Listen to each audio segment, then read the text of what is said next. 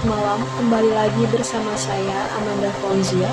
Kali ini kita akan mengusut tuntas mengenai penganiayaan yang dilakukan oleh Mario Dandi kepada David Ozora.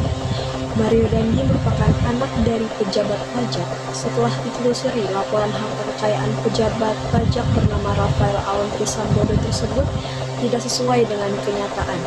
Selain itu, Rafael Alun juga memiliki harta kekayaan fantastis, hanya berjarak sedikit dengan Menteri Keuangan Sri Mulyani. Mario Dandi juga diketahui sering memamerkan harta kekayaannya di media sosial. Korban yang bernama David Ozora berusia 17 tahun adalah putra dari pengurus pusat GP Ansor, organisasi pemuda yang berada di bawah Nahdlatul Ulama. Kasus ini mendapat atensi nasional karena para menteri turut berkomentar, yaitu Menkes sendiri selaku bos dari Rafael Alun dan Menteri Agama Yakut Khalil Qomas. Kasus berawal dari penganiayaan yang dilakukan Mario Dandi terhadap David Ozora pada malam tanggal 20 Februari 2023.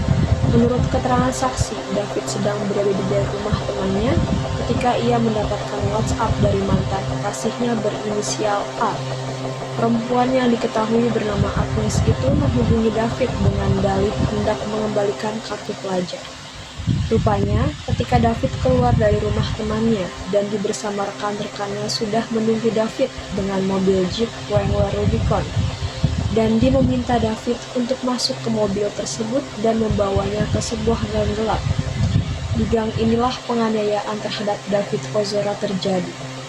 Dari video penganiayaan yang beredar, David sudah terkapar, tak berdaya, dan Dandi masih memukuli bagian kepala dan muka David Ozora.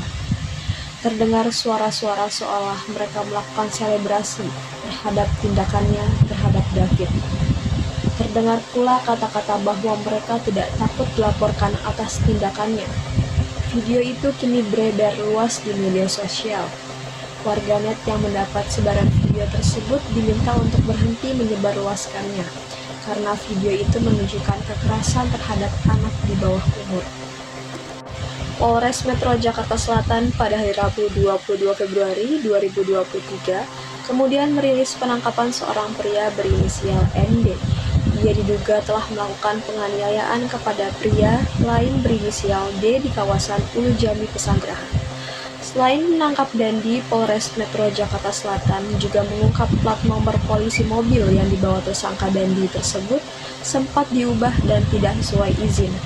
Plat nomor polisi mobil merek Rubicon ini semula menggunakan plat B120DEN, padahal aslinya menggunakan nomor plat B2571 PPP. Polisi kemudian mendalami bukti pajak kendaraan mobil yang ternyata bukan kepemilikan atas nama Dandi kepada instansi-instansi terkait. Mengenai motif penganiayaan, Ari menyebutkan adanya emosi pelaku usai mendengarkan informasi dari teman wanitanya yang berusia 15 tahun dengan berinisial A. Tersangka MDS disangkakan pasal 76C Jangto pasal 80 UU nomor 35 tahun 2014 tentang perubahan atas UU RI nomor 23 tahun 2002 tentang perlindungan anak dengan ancaman pidana maksimal 5 tahun subsidiar dan pasal 351 ayat 2 tentang penganiayaan berat dengan ancaman pidana maksimal 5 tahun.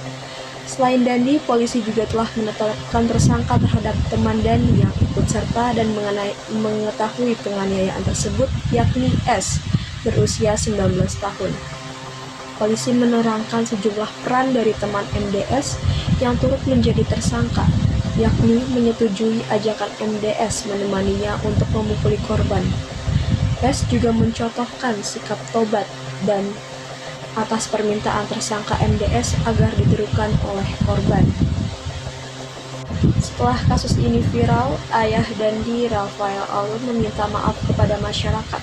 Rafael yang menjabat sebagai Kepala Bagian Umum Kontrol Wilayah Direktorat Jenderal Pajak Kementerian Keuangan Jakarta Selatan kini meminta maaf atas kasus penganiayaan yang dilakukan oleh anaknya. Terkait pemberitaan mengenai harta kekayaan yang dimiliki, Rafael siap memberikan klarifikasi sebagai bentuk pertanggungjawabannya.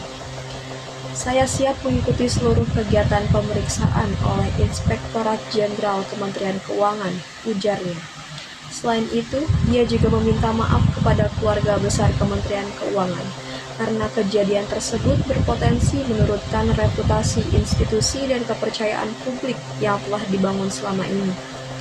Sebelum terendus Kementerian Keuangan dan KPK, publik lebih dahulu menilik harta kekayaan Rafael yang mencurigakan. Rafael memiliki harta kekayaan yang fantastis untuk ukuran pejabat kantor pajak. Publik juga menyoroti gaya hidup mewah Mario yang kerap pamer kemewahan di media sosial. KPK mengungkapkan harta pejabat Dirjen Pajak Rafael Alun ini yang mencapai sekitar 56 miliar rupiah yang tidak sesuai dengan profil kekayaannya. Sebelumnya, Menteri Keuangan Sri Mulyani Indrawati mengecam tindakan kekerasan dan penganiayaan oleh salah satu keluarga Kementerian Keuangan usai mendapatkan laporan mengenai kejadian tersebut yang ramai beredar di media sosial. Kementerian Keuangan mengecam tindakan tersebut dan mendukung penanganan hukum secara konsisten oleh instansi yang berwenang, kata Sri Mulyani dalam akun Instagram resminya pada hari Rabu 22 Februari 2023 lalu. Pada konferensi pers hari ini, Jumat 24 Februari 2023, Menteri Keuangan Sri Mulyani meminta agar Rafael Alun dicopot dari tugas dan jabatan sebagai Kepala Bagian Umum Kanwil DJP Kementerian Keuangan Jakarta Selatan. Pencopotan ini merupakan buntut dari kasus penganiayaan yang dilakukan oleh putranya terhadap David Ozora, disertai dengan gaya hidup mewah. Mulai hari ini, saudara RAT saya minta untuk dicopot dari tugas dan jabatannya. Dasar pencopotan dari jabatan struktural adalah pasal 31 ayat 1 PP nomor 94 tahun 2021 mengenai disiplin, kata Sri Mulyani dalam konferensi pers pada tanggal 24 Februari 2023. Bendahara negara tersebut juga sudah meminta agar pemeriksaan pelanggaran disiplin RAT ditindaklanjuti. Adapun saat ini sudah diterbitkan surat tugas pemeriksaan pelanggaran disiplin untuk RAT. Atas kejadian ini tidak dapat dibenarkan dan kami mengutuk penganiayaan dilakukan oleh salah satu putra dari jajaran Kementerian Keuangan DJP.